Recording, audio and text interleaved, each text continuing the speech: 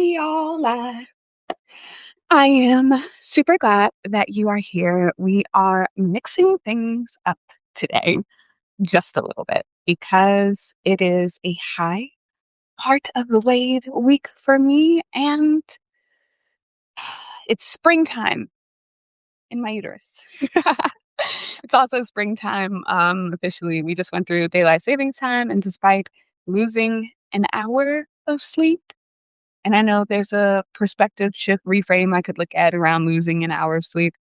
But for the purposes of language right now, losing an hour of sleep and embracing how that's a blessing, actually, energetically. So I'm feeling really good. And so I thought we would, like I said, change it up. And that includes this time. I'm trying out this time frame as well. So I have, to assist me with this change, three card decks. This card is standing out for me. And this deck is The Universe Has Your Back. So we're going to start first with a message from the universe. That looks like this. Okay, it's reverse on my screen. So I do have a Telegram group that when this gets published as an article, I'll link that at the bottom of that article. And that is where I will put pictures of the cards that we pull today so that you can have it with you as a mantra for the rest of your week. I'll be pulling a question that you can sit with in addition to all the other questions that I ask you in an effort to get you clear on the direction and path that you want to go. Specifically, I'm referring to the Wednesday Substack that comes out every week where I do an energy weather report. I talk about the gifts that we have access to in addition to the gifts that our soul chose for us. So that was a little joke there. But this card says, when I lean toward love, I am led. I love this card as a mirror and reflection back to me right now in this moment, because for the past few live streams I've come on and I've tried to, think of a question or think of something to talk about that would be like worth talking about, worthy of talking about, which at the end of the day, we have freedom of speech, and anything that I decide to talk about, anything that I decide to give my verbal energy to because I feel it's aligned would not be. But this card right here around when I lean towards love, I'm led. That's what led me to do these card pulls. So that's our card there. For our empowering question cards, let's see what we pull here. I kind of like the way that one was sticking out at me, but we'll keep shuffling and see. Maybe this one. Ooh. Let's see what we got. I'm just fixing these guys. So here we go. It is mirrored. What does it mean to me to exist? Wow. Wow. We went there. We went there on a Substack live. Wow. What does it mean to me to exist? I will say this succinctly because I'm doing this live stream in the middle of two Zoom calls. Because I have a lot of words on this, and this is actually probably the perfect thing for me to talk about this week on Substack. I don't know what energy is in the weather preview for Wednesday. I'm just really excited that this is the card. I'm going to answer it. Oh, 22 is in our earth. 22 is in our sun right now, which is a gift of openness and surrender. And 47, which is the gift or gate of realization and mindset, is in our earth, balancing that energy. So answering this question with the added 22 energy and the bonus 47, which is my Chiron, what does it mean to me to exist? Well, what I understand about being human is that I am a mind. I am not. Incorrect. Integrity with my words. Impeccability with my words. I notice that to exist means to be aware. And to be aware means that you are consciousness, you are light, you are energy itself. And so, as I exist as energy, I existed, which time is a human construct anyway, past tense, present tense. But I existed before I took this form. I existed as I understand it in the cosmos. And actually, one of the modalities that I use in my business is the Akashic Records. And so I actually have a theory about being this feline cat person who was actually a part of this um, this inner circle of people who led that planet essentially. And that planet was engaged in like cosmic wars. And so the Draco reptilians actually invaded our little Lyrian cat, feline cat people planet. And my people had to actually end up escaping. And it's interesting because when I look up the story online, because there is research on this, or theories, I guess, research theories, semantics, but it reminds me of the story of like when, Christopher Columbus discovered America. And then like the Native Americans were pretty much displaced from their home. And so it reminds me like a semblance of that. And so when I reincarnated after the escape, I reincarnated on this planet or did we escape to? I gotta refresh my memory on the Akashic Records. But I either reincarnated or I escaped and then also reincarnated as a Syrian, which are like these blue people. And one of my jobs when I was on the planet Sirius was to actually help people understand where their place was in this new society. Like we literally had just been taken from a whole other planet. We had to escape. And now we're on this new planet where we don't know the soil. We don't know what grows here. We don't know what we don't know anything. And so how do we start to cultivate and call this planet home? And so that's kind of a little bit of my like cellular existence. And so as I think about now being in this human vessel, what does it mean to me to exist now as a human being? I'm still that energy. I'm still that essence. And so in this lifetime, my soul chose to be born on July 11th at 22:55. And that landed me with a set of beautiful gifts that I had to forget that I had access to, this lifetime, this wisdom, all of these different things in order to remember in 2022, in order to remember who I actually am. And so, what does it mean to me to exist? In that, or since that 2022 awakening, existence has taken on new meaning for me. Life has taken on new meaning for me, in that I am starting to understand the different facets. As a spirit, I embody this human flesh, like, nah, this meat suit. I inhibit it. It helps me understand my own existence. Because another thing from the Akashic Records is as we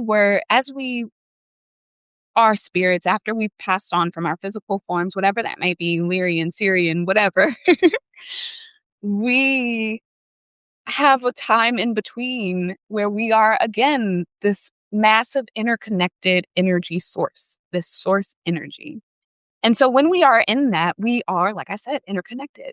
And so when we come down into human form, that is how we experience ourselves. That's how we experience our gifts. That's how we can pick up cards and make them. We can turn thought into living physical material things. And so what does it mean to me to exist? I get so excited about this question.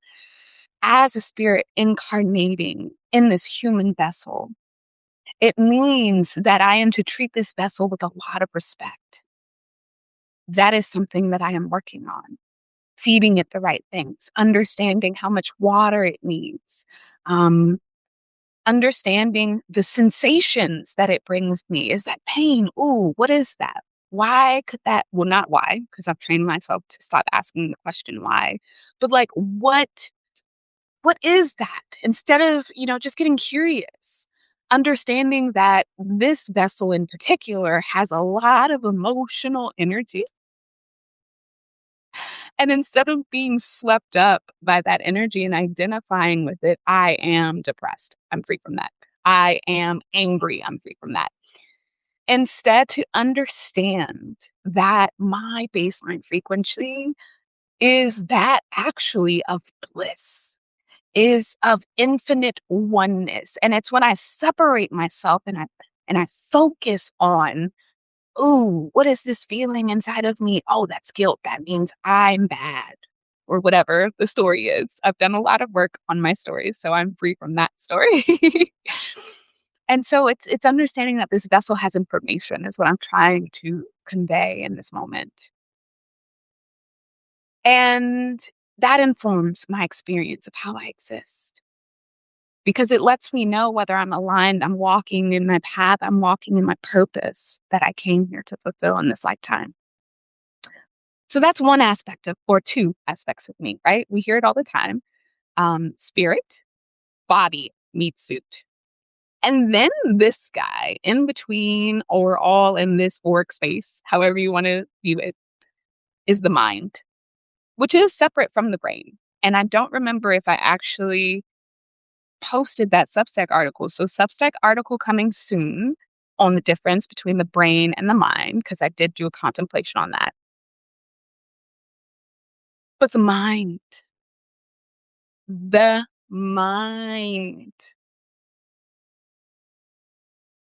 also home to the ego. And the beautiful mind wants to protect us. It wants to ensure that we continue being this spirit and this meat suit. It wants to very much be important in this meat suit. And so it has studied and made certain assumptions about the world around it. And it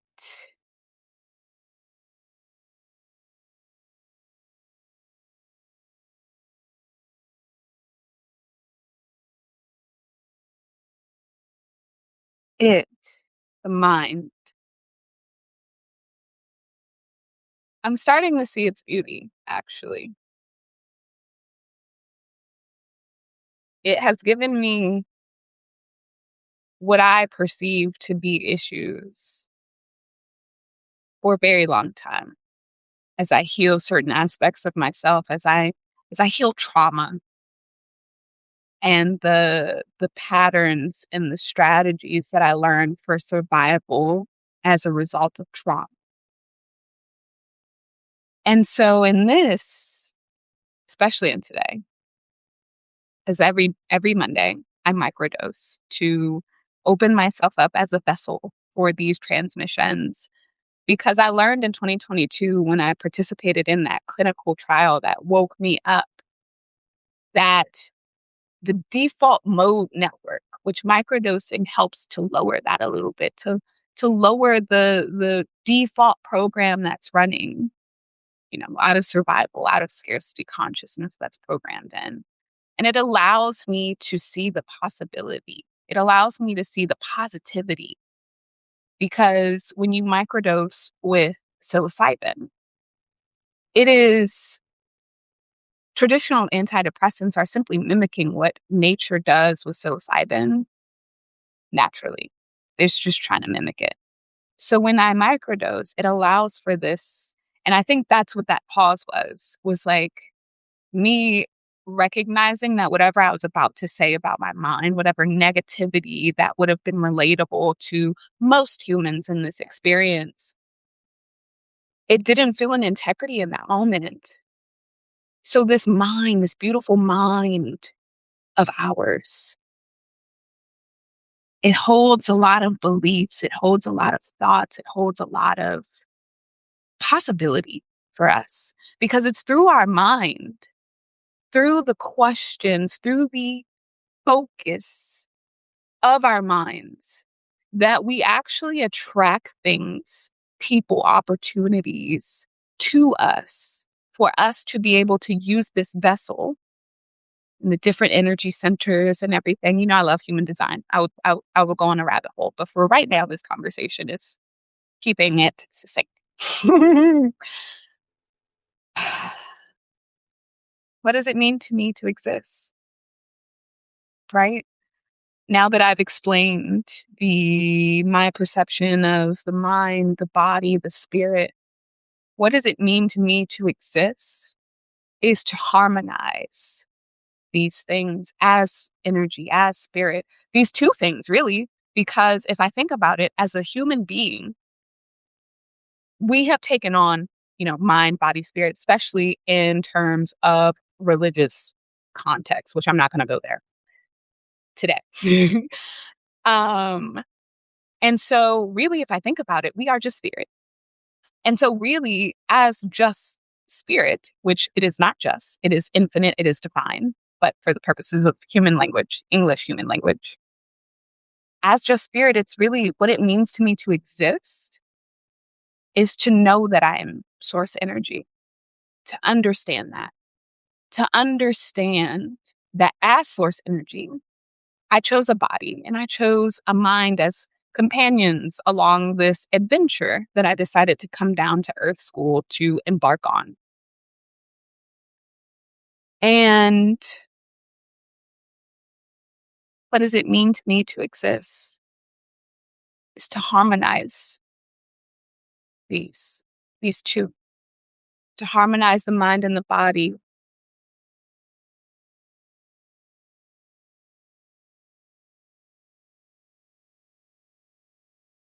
And I say harmonize very intentionally because a lot of people look for balance.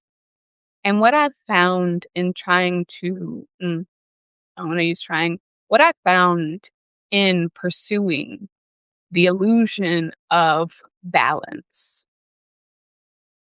is that you swing from one extreme to another. When I was focused on balance, in order to get my mind to calm down, I would do things physically, working out more, meditating more, sitting down with myself more. And when I was focused on my mind and catching myself in patterns, catching myself in loops, I was neglecting my body because that was a lot of work. It felt like a lot of energy was going there. So what does it mean to me to exist is to harmonize both of these pieces, because at the end of the day, at least in this incarnation, all of that is me. I am spirit, I am mind, I am body. I realize that my mind wants to push back on that because I said I am these things and really I'm not. I'm source energy. That's what it means to exist. And the beautiful thing about energy is that it cannot be killed. it can be transmuted. And this has actually been something that, as I get older in years in this lifetime on this planet and see other people who are older than me lose people around their age and really start to sit with this question of death and what happens, and understanding that energy transmutes, energy shifts, right? The physical body dies, but the energy is still there, which is why we can still feel our loved ones, which is why, as guides on an energetic level, they do still exist. A lot of religious, spiritual contexts, you know, reach out to and welcome in the wisdom of ancestry. It gets, transmuted, clean light, no negativity. Because I was watching something where I'm trying this on for a theory of learning it, but even guides exist in different energetic frequencies where, like, you've got source energy, and then, in some contexts you've got, archangels, kind of, because they were never human. They were creations of source energy in that context. And then you've got, like, your lineage ancestors, right? And there is a human element there. Now, some of them may be far back removed, and so they've gained a lot of wisdom of what they've seen, what they've observed, different things. They have different wisdom but there's still that human element there. And then you've got people who kind of just passed, right? So, don't know why I went on that tangent. Bringing us back, what does it mean to me to exist? It's understanding that I'm source. I am, as I exist, source energy, and incarnating in this vessel in this lifetime. I've chosen a unique set of circumstances and challenges for me to engage with, to learn lessons. And those lessons bring me closer to fulfilling my purpose, my destiny, if you will, in this lifetime, the work my soul came here to do. So, long-winded answer, what does it mean to me to exist? And this last deck I have is called Alchemy of Awareness. It's one of my favorite decks. And the question that really called out to me to consider was, what truth is asking for liberation and expression? And it was almost like this question brought out this, which is intriguing. So now I'm actually curious from the cards perspective. What truth is asking for liberation and expression? I've got a desk here in front of me. I'm going to do a quick,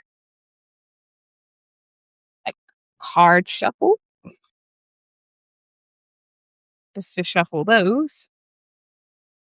And then just seeing, what wants to hop out at us is truth, like this one, maybe. I don't know what this is. I don't think I've ever seen this, but it feels appropriate from what I just read. And again, I will be putting these in the Telegram group, which will be linked on the Substack article that accompanies this video. So this is Thread Between Worlds. As a reminder, the question that I asked this deck was, what truth is asking for liberation and expression? And I received the answer of thread between worlds. You naturally connect people, ideas, and opportunities, often without realizing the ripples you've set in motion. You notice who belongs where, who needs what, and how separate pieces can fit into something greater. Your ability to weave unseen threads creates community, collaboration, and healing. It's a strength the worlds need more of. You are not just a bystander. You are an architect of belonging.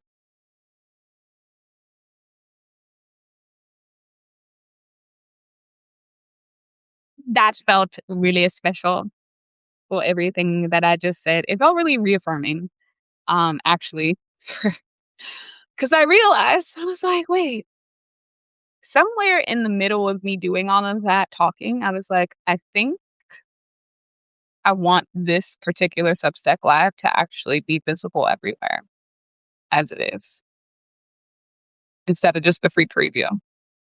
And so this card feels like confirmation of that a little bit.